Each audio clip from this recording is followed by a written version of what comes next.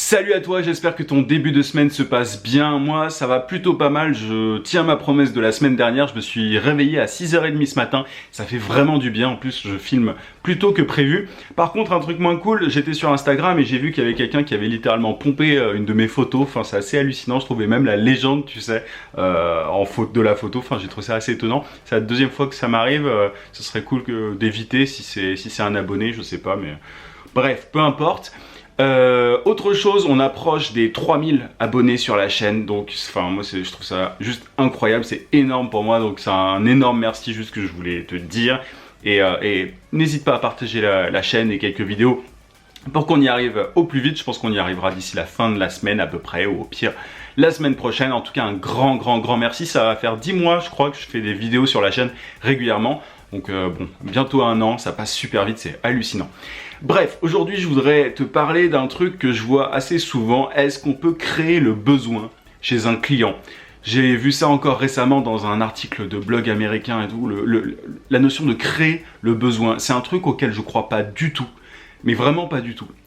Tu vois, quand j'étais dans la publicité, il y avait notamment cette problématique qui revenait. Moi, quand je parlais avec des gens qui n'étaient pas de ce monde-là, ils me disaient ouais mais la pub ça crée des besoins, ça, tu vois, c'est-à-dire que c'est des trucs dont on n'a pas besoin, etc. Et là ils te matraquent avec de la publicité pour que tu achètes. Alors c'est le cas pour notamment quand même certains types de pubs, mais surtout à l'époque de la réclame, tu sais, celle où on te matraquait des slogans, t'en as encore, hein, ta Carglass, etc. Enfin je veux dire, on te matraque un truc dans la tête et au final bah, tu finis par acheter. C'est un peu voilà, c'est un peu psychologique, mais de manière générale je considère que si les gens achètent un truc, c'est qu'ils en ont besoin. Et alors quand je te parle de basket, par exemple, tu vois, t'as pas besoin de basket à 300 balles, par exemple. Par contre, ce dont tu as besoin, quand c'est une grosse marque, c'est appartenir à une communauté. Ce dont tu as besoin, c'est d'avoir plus confiance, par exemple. Donc, tu vois, c'est pas forcément l'objet qui comble le besoin, mais c'est ce que permet l'objet. En gros, tu vois, quand tu as une grosse marque, enfin les jeunes, quand ils achètent des marques, bah c'est pas forcément pour avoir tel sweatshirt ou tel t-shirt ou tel je ne sais quoi, mais plus pour appartenir à une espèce de communauté.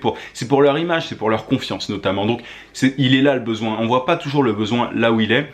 Bref, je fais une petite digression, mais du coup, en parlant de clients quand tu es freelance, je suis persuadé que tu peux pas forcer un client à te faire travailler s'il n'a pas besoin de toi. Pour moi, il y a deux catégories de clients. Enfin bon, il y a d'autres sous-catégories, etc. Mais il y a une distinction que je fais. Ce sont les clients, dans le freelancing, hein, je dis bien, ce sont les clients qui sont conscients de leurs problèmes et qui vont essayer de trouver une solution, notamment via les plateformes pour freelance que tu connais bien, Upwork, etc. J'arrête pas de citer Upwork, ce serait bien que j'en cite d'autres, je sais pas, 404, Coder, etc. Donc, ce sont des personnes, des business qui sont conscients qu'ils ont un problème, ou en gros, ils veulent une solution à un truc précis, et ils vont aller chercher cette solution. D'un autre côté, et moi c'est ce que je trouve beaucoup plus intéressant, ce sont les business qui ont un souci, qui ont un problème à régler, mais qui n'en sont pas forcément conscients, ou alors qui en sont conscients, mais ne vont pas chercher de solution, parce qu'ils n'ont pas le temps, parce qu'ils n'y pensent pas particulièrement, mais c'est un assez gros problème pour qu'ils aient besoin de quelqu'un. Alors, la majorité des freelances, concrètement, ils vont sur les plateformes en attendant que le boulot arrive, et que, voilà, en gros, ils attendent que quelqu'un de conscient de son problème vienne les contacter. Et les personnes qui sont conscientes de leurs problèmes, ce ne sont pas celles qui payent le mieux, parce qu'elles ont aussi une meilleure connaissance c'est souvent des business qui ont une meilleure connaissance du marché du freelancing, qui savent où chercher un graphiste, où chercher un développeur, etc. Et d'un autre côté, il y a tout un tas de business qui viennent pas vers les freelances et que les freelances délaissent. C'est une espèce d'océan, c'est un énorme... c'est vraiment, tu vois, dans le freelancing, les plateformes pour freelance, c'est juste la partie émergée de l'iceberg. Derrière, il y a énormément de business que tu peux contacter, que tu peux aller prospecter et qui te rapporteront beaucoup plus. Que les clients qui sont conscients de leurs problèmes. Donc, alors, où est-ce que je veux en venir par rapport au est-ce qu'on peut créer le besoin?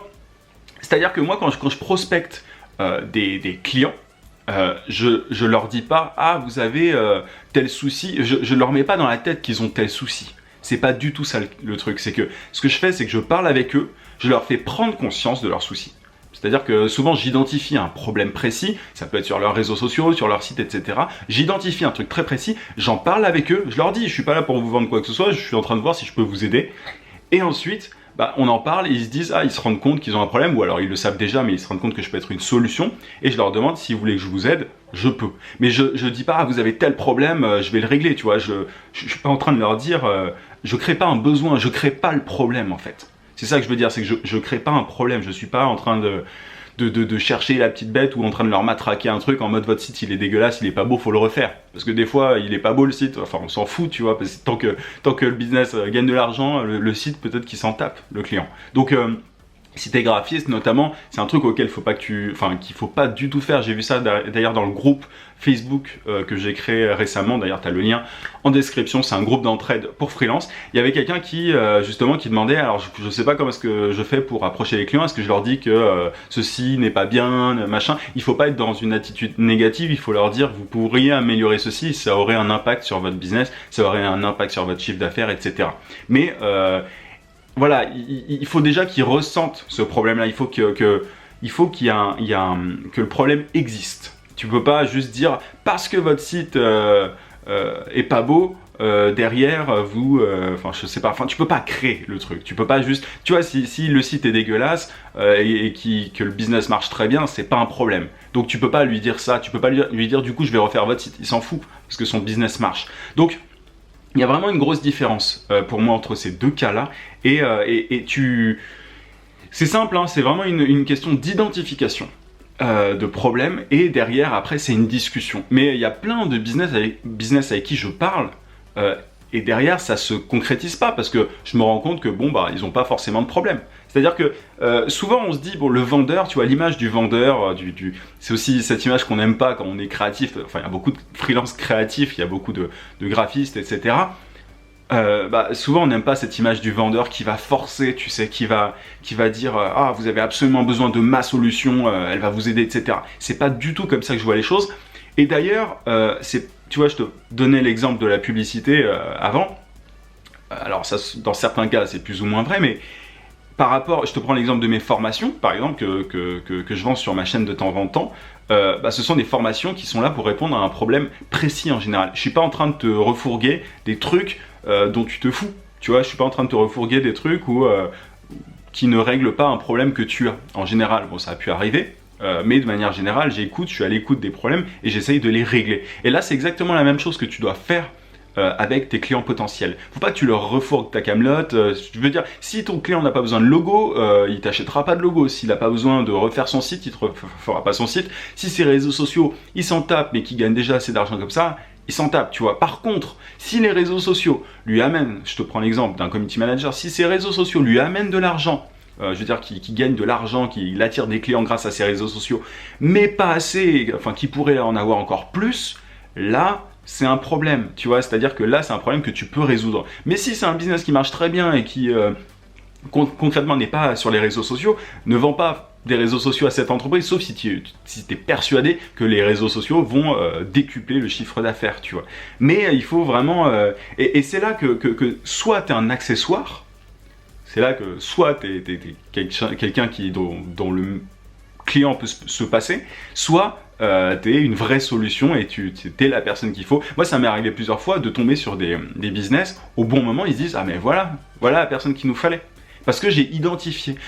En fait, il faut être un vrai sniper et si tu arrives à bien cibler les besoins en étant spécialisé, je le dis régulièrement, mais en étant spécialisé, en comprenant vraiment des problèmes précis sur des business précis, tu vas souvent tomber sur des cas, sur des business qui auront besoin de toi, qui vont se dire « Ah mais pourquoi est-ce qu'on l'a pas trouvé avant ?» Moi, ça m'est arrivé plein de fois. Et tu vois, là, j'ai un rendez-vous avec une grosse boîte dans quelques jours, une semaine, un truc comme ça. Concrètement, il n'y avait personne qui les avait approchés, pourtant ils avaient un problème flagrant. Donc ne te limite pas aux plateformes pour freelance. Là, je le redis, mais derrière, ce sont des gens qui sont conscients de leurs problèmes et qui vont tout faire pour régler ce problème à un prix le plus bas possible. Contrairement à d'autres business qui sont pas du tout conscients de tout ça, du marché des freelances, qui exploitent pas des freelances, qui en abusent pas, mais qui ont des problèmes à régler et qui sont prêts à mettre de l'argent si derrière tu es une vraie solution et tu peux régler ce problème-là qu'ils ont déjà en tête ou alors dont ils n'ont pas conscience, mais que tu vas mettre en lumière en discutant tout simplement avec eux. Voilà un petit peu ce que je voulais te dire dans cette vidéo, j'espère que ça t'a aidé, que ça a été utile pour toi. C'est une distinction qui est vraiment importante, hein. Moi, sur ma chaîne, de manière générale, je traite quasiment que de ce souci-là. Les plateformes, moi je m'en tape. Je te le dis hein, très clairement, moi c'est pas comme ça que je gagne ma vie. Les plateformes, je m'en fous complètement, je laisse ça pour les étudiants ou les autres, sans aucun manque de respect. C'est juste que, il y a un moment, soit tu veux gagner ta vie pour de vrai, grâce au freelancing, enfin en vendant tes services, soit t'as pas envie, mais si t'as pas envie, continue sur les plateformes. Je sais qu'il y a des cas particuliers, je l'ai déjà dit, on a parlé des développeurs dans certains cas, etc.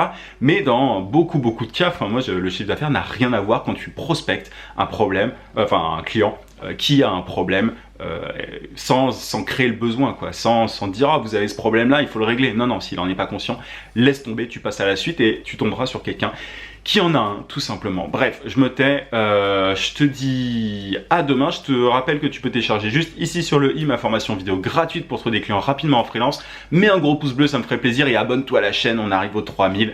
Je te dis à demain du coup, vie sans limite, à plus.